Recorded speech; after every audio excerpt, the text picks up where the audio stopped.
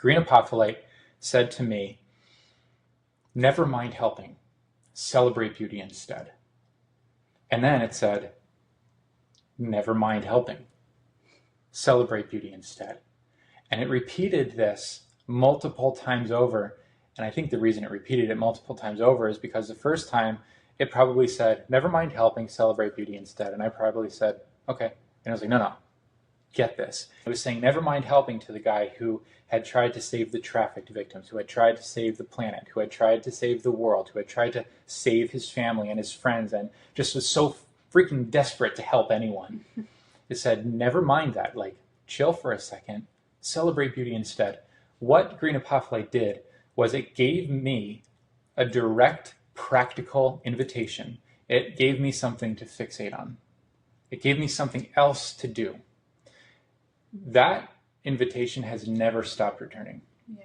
It has never stopped calling me back to that same lesson.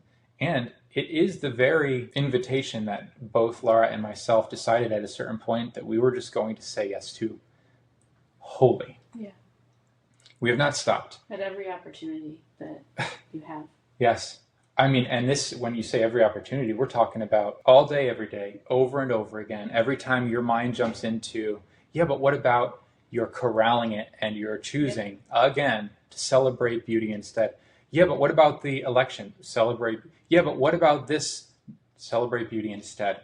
We have the opportunity here to open towards one thing or another. There's a reason throughout history and mythology we learn about these different characters that lose an eye.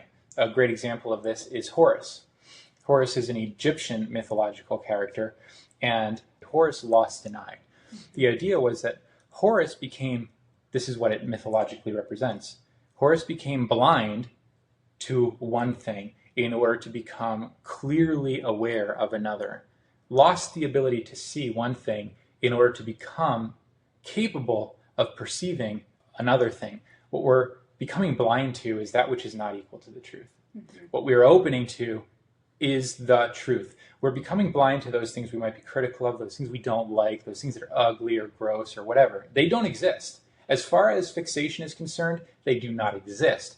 All that exists is beauty. We choose over and over again to forget about worry and to open toward wonder, to celebrate beauty instead. Everything changes when you decide to fixate on what you love.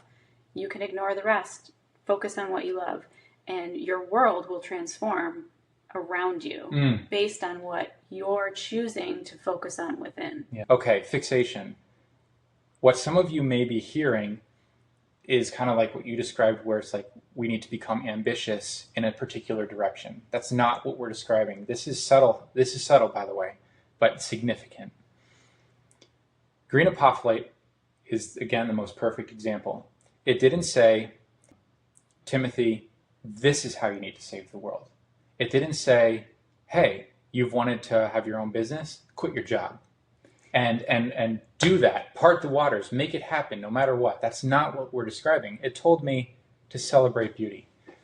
It is extremely important, and this is the very thing that the sword virtues have been training us to do.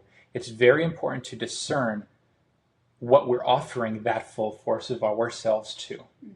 We need to be able to affirm the highest and best. We need to be able to discern between that which is close but not quite it, that which is good but not great, and that which is great but not perfect.